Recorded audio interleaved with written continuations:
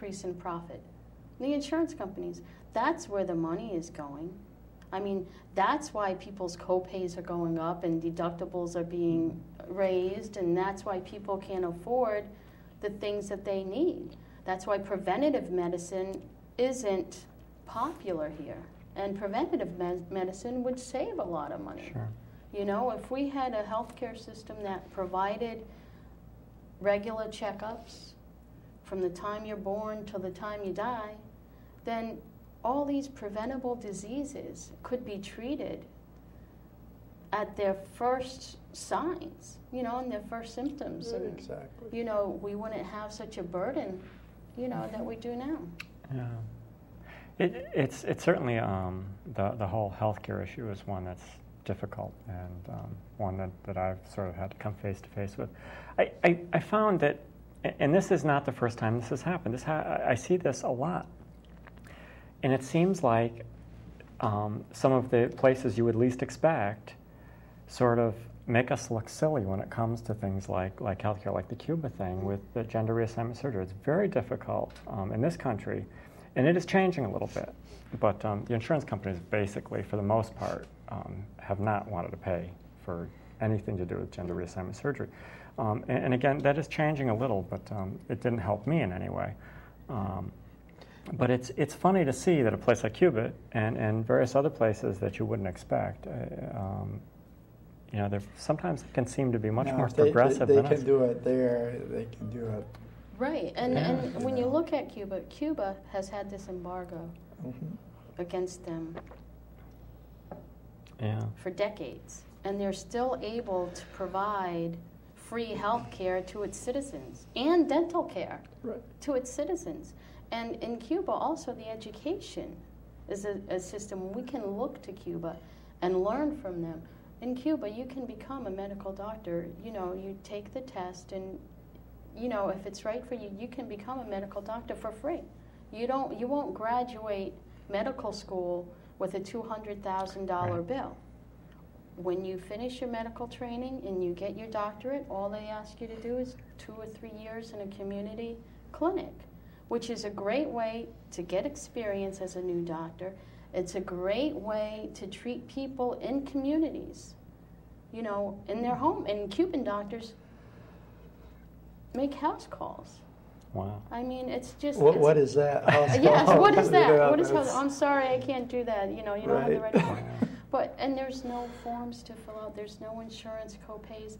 If you're sick, and if you're well, you go to the doctor regularly. They say, oh, good, we'll see you next time. You know, it's all, they promote a healthy, you know, system of taking care of their people. And Cuba is well known for sending their doctors overseas during times of humanitarian need. Absolutely. They have a great track record of that. In fact, I believe they offered to send them to the Gulf victims. They did, but Bush... Of course, you've got... Yes. Visitation visa issues there that come into play. But one of the things that was noticeably absent from, almost entirely absent from the recent healthcare debates was the talk of a single-payer system.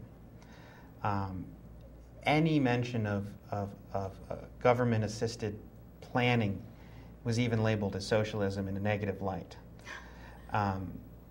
One of the criticisms that the proponents continue to raise is, well, what do you do with the freeloaders? What do you do with the people who will inevitably try and game the system?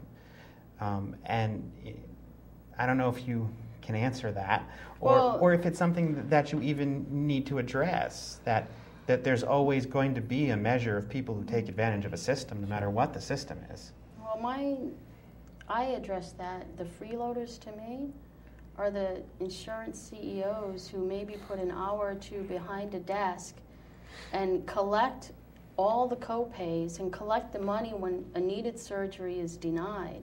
Those are the freeloaders, not the people that are trying to make ends meet. No, certainly not. You know? But I know I had an uncle who suffered a minor injury in his early 20s and never worked a day again in his life because he could, because he was able to fill out the forms and get payments made to him.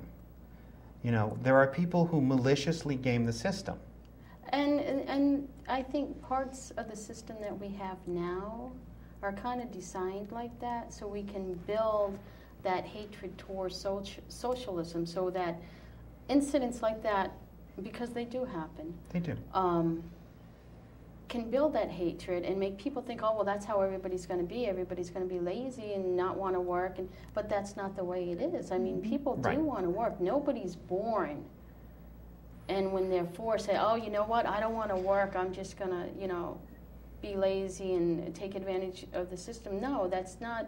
We're not born with that. People want to work. People want productive lives. And they want lives that they can enjoy.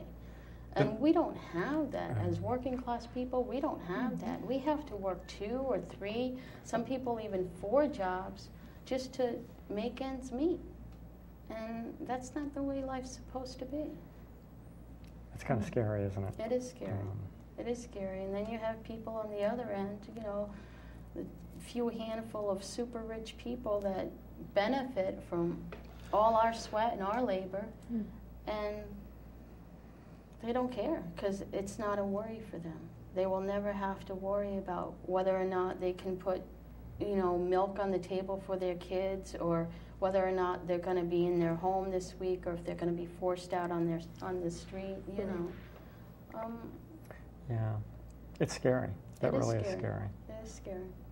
And I think a way we can fight that system is by bringing all these struggles together, bringing the LGBT struggle together with the immigrant struggle, together with the labor union struggle, the education struggles, the healthcare struggles. It's all part of the same system. It really is. And it's a failing system. Certainly, a lot of those things are near and dear to my heart. Certainly, I looked long and hard at education, certainly, and I managed to go to school a bit, but school is very, very expensive, and there was a time in my life when certainly when I wanted to go to college, and there was no money to do it, and it wasn't, it took me many years to get there, but it really is unfortunate that we don't put a higher priority on education. Before we leave Cuba, I did see something. I think it was in one of the sites that I got from you about Cuba being one of the best places to be a mother. Yes. Which I thought was kind of interesting. Obviously, that ties into the whole healthcare thing. Right, and the whole socialist. It's a planned and sustainable economy. I mean, in Cuba, daycare is covered, so that parents that want to work, single parents, whether it's a single father or a single mother, or whatever the issue is, they want to work. They can work because daycare is provided. It's not an extra cost. Which is very expensive. Which is extremely expensive. Prohibitively expensive. Absolutely, absolutely. And so it encourages more people to be a part of that working society, and when they become a part of that working society, then their efforts get put into, the whole idea of a socialist economy is to bring back to society the wealth it produces. We produce the wealth, therefore we should decide where it goes, and it should go to those things that are necessary. Housing, it should go to food, it should go to health care, education, jobs. And if we had that type of society, it would work. We could do it.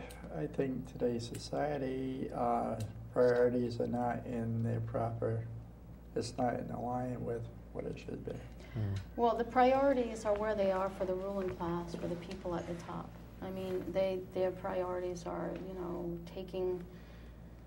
taking what they can for profit. And that's why we have a situation where young kids that are graduating high school feel their only option to get a college career is to join the military. Now, I'm a veteran. And that is what you did, in fact, right? You were hoping to get to college yeah, and I wanted to get out of the lifestyle I was in. Sure. I was finding myself, doing things that weren't very productive. And I needed to learn, and I had no money for college, so I joined the military. And that in itself was an eye